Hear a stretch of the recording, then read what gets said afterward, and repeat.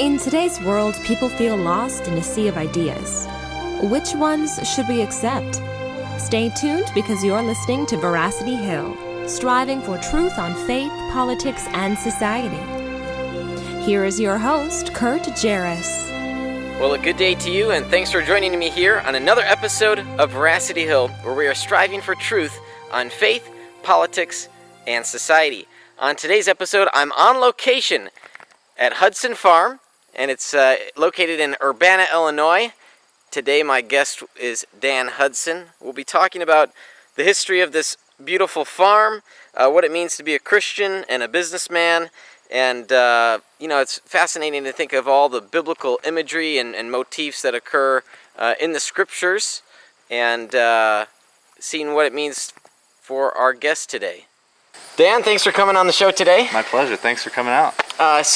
First, before we get started, tell me a little bit about yourself and your interest in working on a farm like this, and the history of the property as well. Jeez, that's a lot.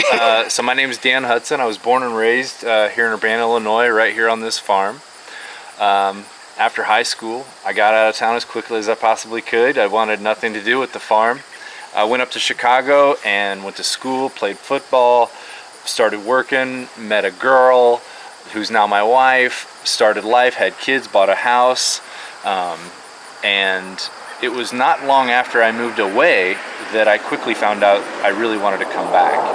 And I was always praying and looking for opportunities to come back to the farm. My mom and dad told me we didn't have enough land to support me and my family.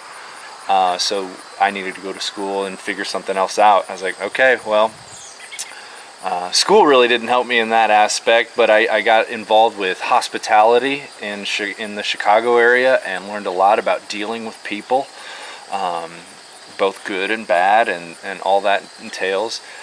Still just growing my family, and I've got three kids now, 2 daughters and a son that was just born.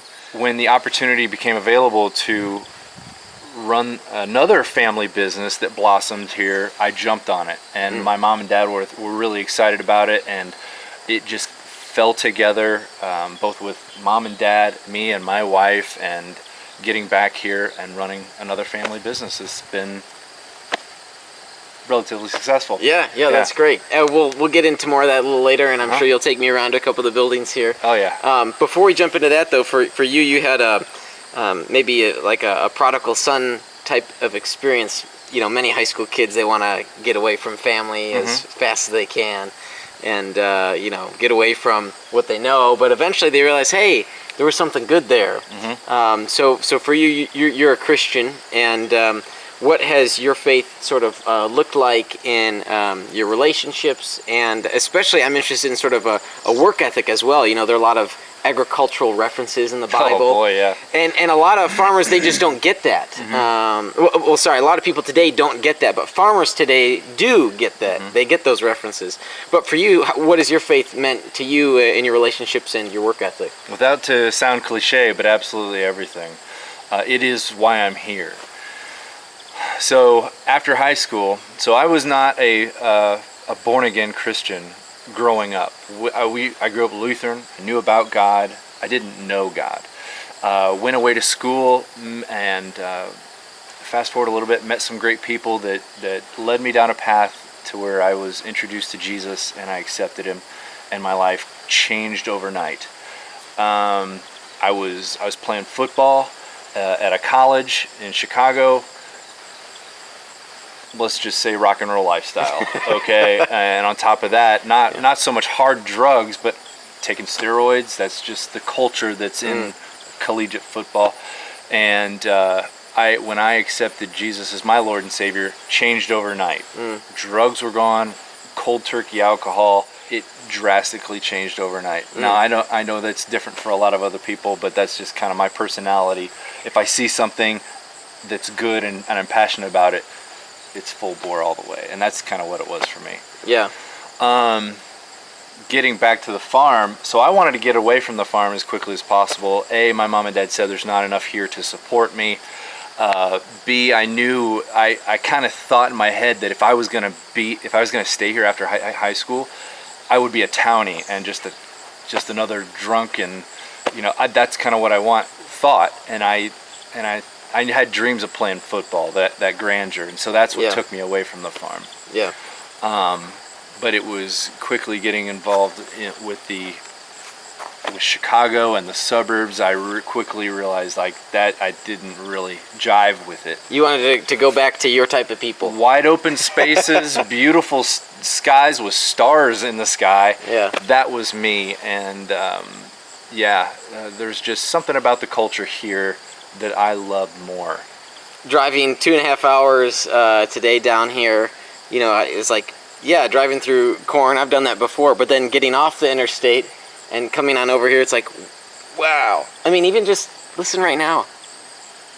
It is so quiet. Even with the bugs chirping, it's peaceful. Yeah. Yeah. And you don't even see the interstate from here. I mean, you really are just living on the land, living in and out on the land. Yeah, it's a whole new world. Yeah, it's a different experience for sure than what I'm used to with suburban life. Like Champaign's very close to us. We get our city experience when we want to. Yeah.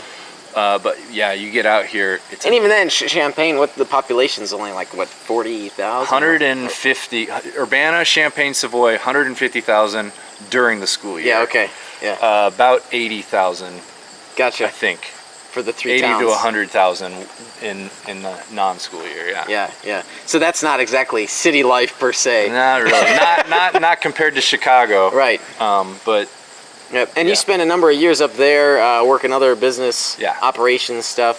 But then tell me about the idea that came about utilizing, like your folks had said, there wasn't enough on the land itself to sort of give you and your family sustainable living. But someone in your family had another idea to use the land for some purpose. What was that? So to answer that question, I'd have to answer the one you previously asked me. Being a Christian and farmer, what does that mean to me? Yeah. Early on when I was a baby Christian, I prayed that God would bring me back to the farm. I also read that if the thief is caught, he must pay you back sevenfold and the substance of his house. And so I prayed over my farm, over our family farm, and I spoke to God and I spoke to Satan. I was like, Satan, I know you've taken from us in the past. You're going to give me back sevenfold everything you've taken and the substance of your house, starting now. And that's where that ended. And I've learned enough in my faith to be patient with God and let Him do His work. Along came my sister and said, "Hey, we're engaged, and we want to get married on the family farm in the barn." And it was our storage facility at the time. I mean, it looks pretty on the outside, but at the time it was just junk everywhere. And I looked at them like, "You're crazy. What is this about?" "Oh, it'll be really pretty, da-da-da-da-da." I'm like, okay, whatever. So from the time they got engaged to the time they got married, there was a year, that year-long engagement. Myself, my sister, my wife, her fiance, we would all come down at various times. Clear it out, work on it. Yeah, clear it out, get it cleaned up, transition everything over to the shed. That was our other storage facility. And in that year process, friends were telling friends, and people were starting to drive by and eventually pulling in. And I didn't live here, but mom and dad live here. Yeah. They were pulling in asking, "Mom, what do we charge?" And my mom was like, "Charge for what?" "What do you want?" And they're like, "Well, we'd like to get married here." We're like, Mom's like, "Well, what would you give us?" That's kind of where it started. We had nothing. I shouldn't say we had nothing. Yeah. But we had our barn and porta potties. Yeah. And we did tents instead of the shed that we have now. We had tents, and eventually they worked out a deal that first wedding, and that's where it started. And we just figured out a business plan from there. And it eventually grew. We got to know the market. When we learned, pricing, supply and demand, and we, took advantage of it where we could. And here we are. So this is the main building used for the wedding venues. Yep. This is the barn. This is where the ceremonies take place. And so when you first got started, how many weddings did you have in the first year? 2. Okay. My sister, and then another young lady from a neighboring town over here. She was 1 month later. The next year was 8, and then I believe 16, and then 25, 25, 28, and then this year is our largest year to date of 31 weddings. 31 weddings. Yeah. Wow. And some of this wood, I mean, this is not like you didn't build this wood to look old. You didn't age the wood. No. This has been here a long time, hasn't it? The barn was built in the early 1940s, and this was wood back when it was real wood.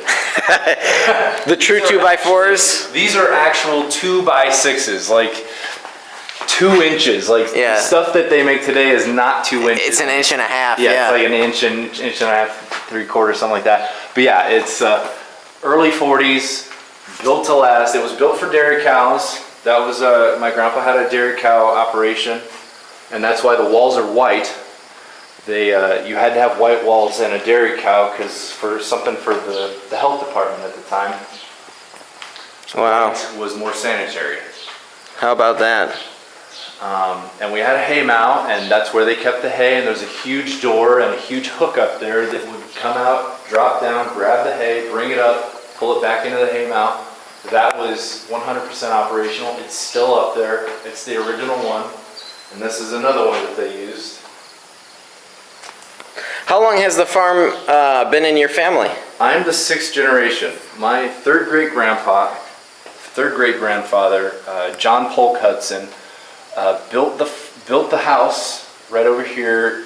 We think in 1863, 1864, and then was called to go to the Civil War. When that was done, he came back and started farming. And from what I understand, I haven't seen him, but he was a highly decorated soldier. Yeah. Yeah. Wow. All right. How about we check out the big shed over there? Absolutely. So as time went on, we saved our pennies with what weddings we did have booked, and we started investing into the farm. So 3.5 years ago, this was our machine shed. It was a dirt floor, metal machine shed. So come on in and I'll show you what it's turned into. Wow. And I got a couple lights I got to turn on down there that I don't have access to here. How about this? We concreted it. We put in the bathrooms, we put in the bar, and then last year we insulated and shiplapped the entire, all the walls. This year our project was air conditioning, so we're fully climate controlled, air conditioning and heated. Of course, there are the restrooms for when people have to use the facilities. Yeah, so you're seeing it kind of raw right now. This is our antique tractors that I use out in the yard. They do wedding photos with them, but then kids are climbing all over it later on in the night. My grandpa bought. How about this golf cart? Is this from the 1940s? No, it's fairly new, but it'll pop wheelies. Yeah. So these are our antique tractors, the Farmall Super M and the John Deere 4020. My grandpa bought these brand new, and they were used for farming right up until about 10 years ago. But with technology and stuff today, these were actually just put to wedding farm use now. And just looking around from the ideas and the intentionality, I can see here that you guys put 100% effort into your craftsmanship here. Absolutely. And I gotta give credit. Hang on, I don't know if you can hear me. I gotta give credit where credit's due. So it was my now brother-in-law. It was his idea. It was his initial idea to get married here, which gave birth to this whole thing. Him and my sister. My mom and my dad, they were the ones that recognized the opportunity when people started coming in and started it. And more so my mom, it was, with that womanly touch, that design, she was the one that pretty much designed this whole thing. I was the one, however, that brought in the shiplap idea. I'm a huge fan of Chip and Joanne Gaines, and I envisioned this, and I sold her on that. Yeah. And yeah, she liked the idea, and so we're partners now. Yeah. So, but this gave you your motivation or the opportunity to come back to the farm of your upbringing. Yeah. I saw this and I jumped on it. My mom called me 2 years ago, and it was our second year in a row of 25 weddings. And she works full time as a supervisor for a large grocery distributor here. And she was calling me crying, and she's like, Dan, I'm pulling my hair out. I can't keep up with these weddings and getting back to people and booking and the money and this and that. And at the time, I was in love with my job for a while up in Chicago, but at the time, personalities of upper level management changed, and I was getting stressed real fast. And so I said, Mom, why don't I quit my job and run the wedding business full time? And that'll free you up to do your job. It'll free Dad up to focus on farming. She thought about it for a couple weeks and got back to me, and it was a match made in heaven. So you spent some time still living up in the western suburbs of Chicago, driving back and forth you'd come on the weekends here, right? You wouldn't go home on the weekends like some businessmen. You would go to work on the weekends, long weekends. Putting in loads of hours, driving back and forth, spending time away from your family. But sort of preparing the ground here, and now you guys have moved back here. So that I'm sure makes it easier on you. But the devotion and the work ethic that you've put into this opportunity is quite admirable. I know that there are many people especially our generation today, who are looking for the quick, easy money. They're interested in political theories that do not require as much work as one might suspect. So for you, how does your work ethic sort of engage with maybe your personal political philosophy, and then how does that affect maybe your political views as well? If you're willing to say. Yeah, I'll get it. I'll do my best to get into it. So, growing up on the farm is really what instilled, in my opinion, a hard work ethic. You don't work, you don't eat. It's true here. There's good years and there's bad years, and we felt both sides of that. I've seen my dad fix a combine out in the middle of the field with seriously duct tape and like the thing was, I don't know how he does half the thing he does, but he figures it out. If duct tape doesn't fix it, then it's broke, absolutely. Right? But he had a get her done mentality. His dad died, and his dad was still farming, and my dad was helping him farm. But when my grandpa died, my dad took over the farm, and he didn't have anybody to help him. So if something broke down, he had to fix it. And at the time, he didn't have money to take it to the John Deere dealership to get it all worked on, which was really expensive. He had to get it done, and I learned that from him. Is you're in a pinch or whatever, figure it out. Use your brain. God gave you something between your ears. Use it. Paul writes in one of his epistles, if a man doesn't work, he won't eat. And in the early church, sometimes they frequently shared what they had, but they still had sort of requirements. Even if you wanted to get a portion of the pot, if you will, or the pie, you had to work and help the local congregation somehow, some way. That's right, you had to contribute. And so even then in the early church, there is that expected work ethic, which clearly you learned in your core family. Sometimes people don't learn that in their family, and they don't have a church to learn that from either.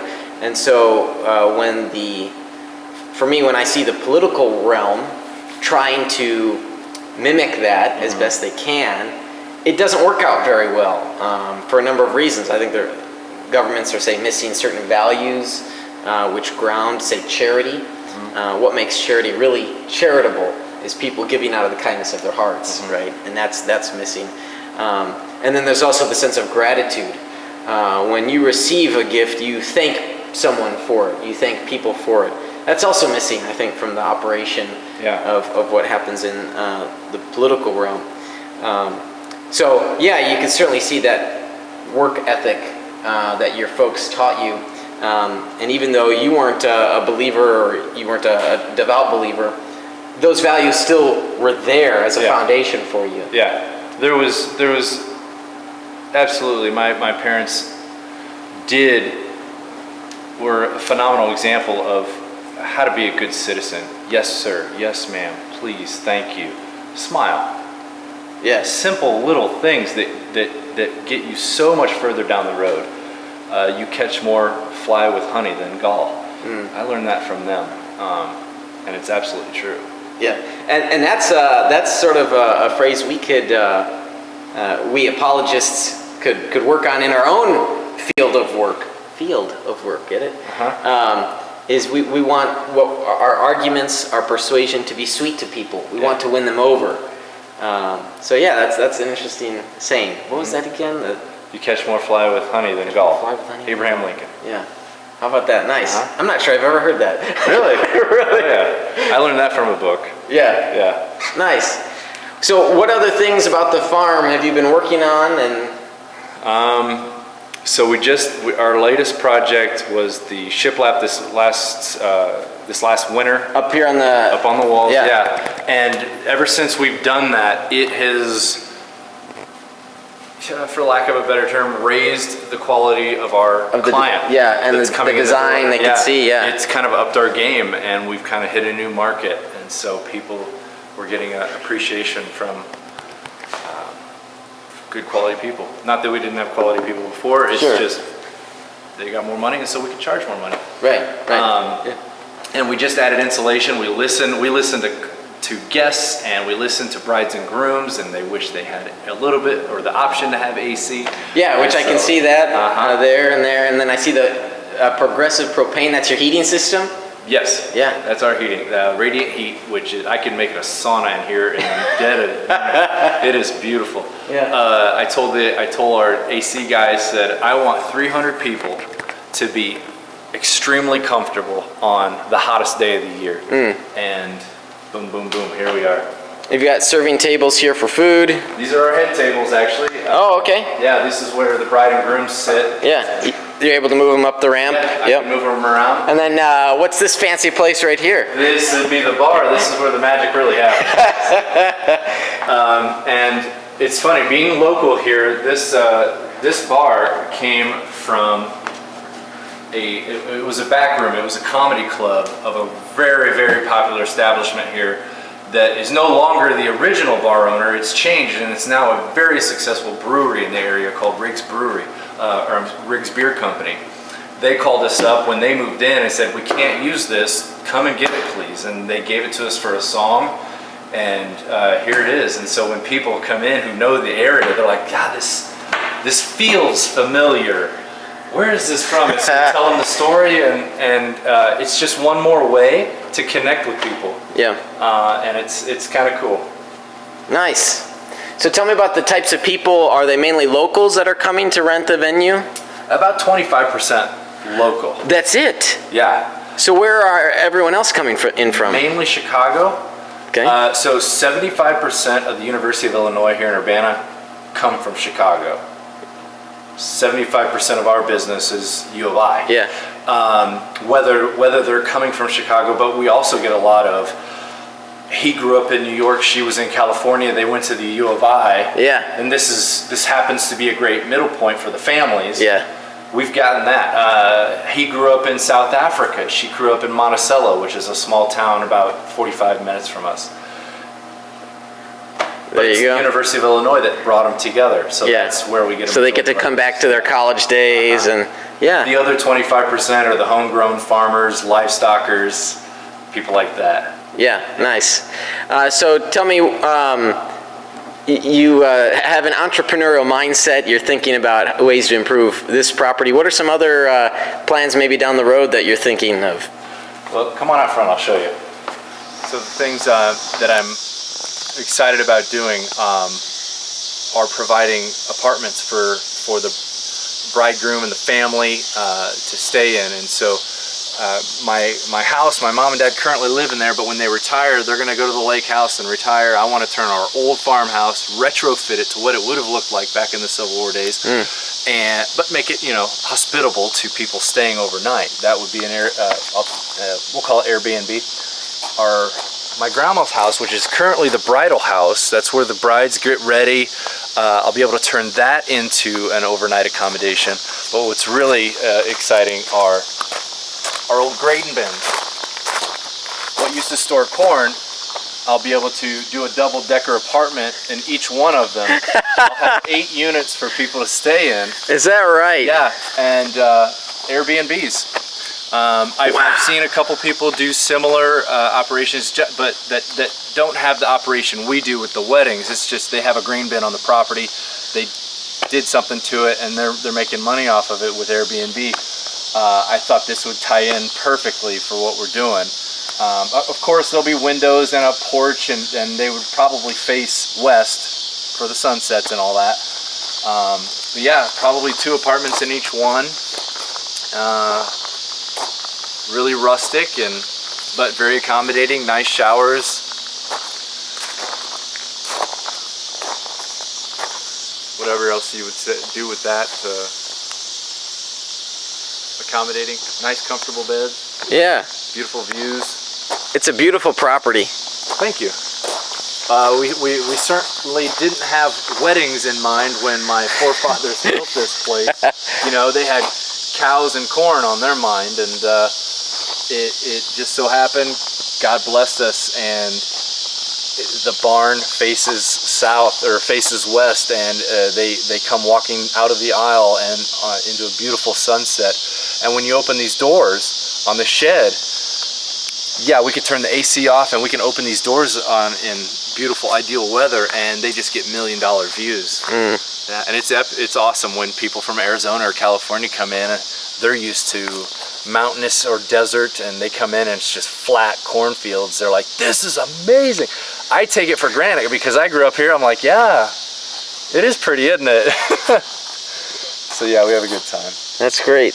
One thing I'm pretty excited about, we'll see what happens with it, but I had a conversation with my bartender about 3 years ago. We were sitting by the bar, there was a wedding going on, and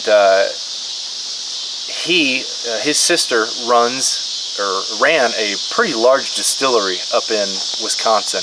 And he looks at me, he's like, wouldn't it be cool if we had Hudson Farm vodka or Hudson Farm whiskey sitting right back here? And I sat there just like this, and I was like, really? A distillery on the farm? Why not?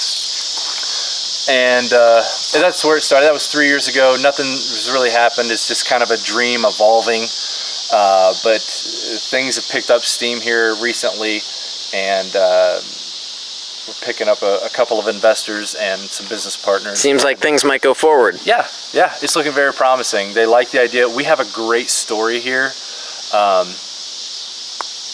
I'm humble, but I'm not humble about it. I'm humble that I'm in the family that I'm in, and I'm blessed that I have been. But I know a little bit about marketing, and it's a beautiful story.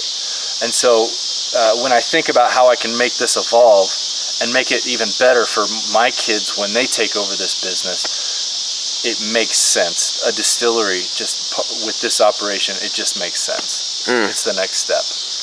Yeah. Dan, this has been an awesome tour of the family property to learn more about it, its history, and I'm excited for what the Lord has in store for the future of Hudson Farm. Thank you. Yeah. Ever since high school, I was known as a party animal. I was known as the life of the party.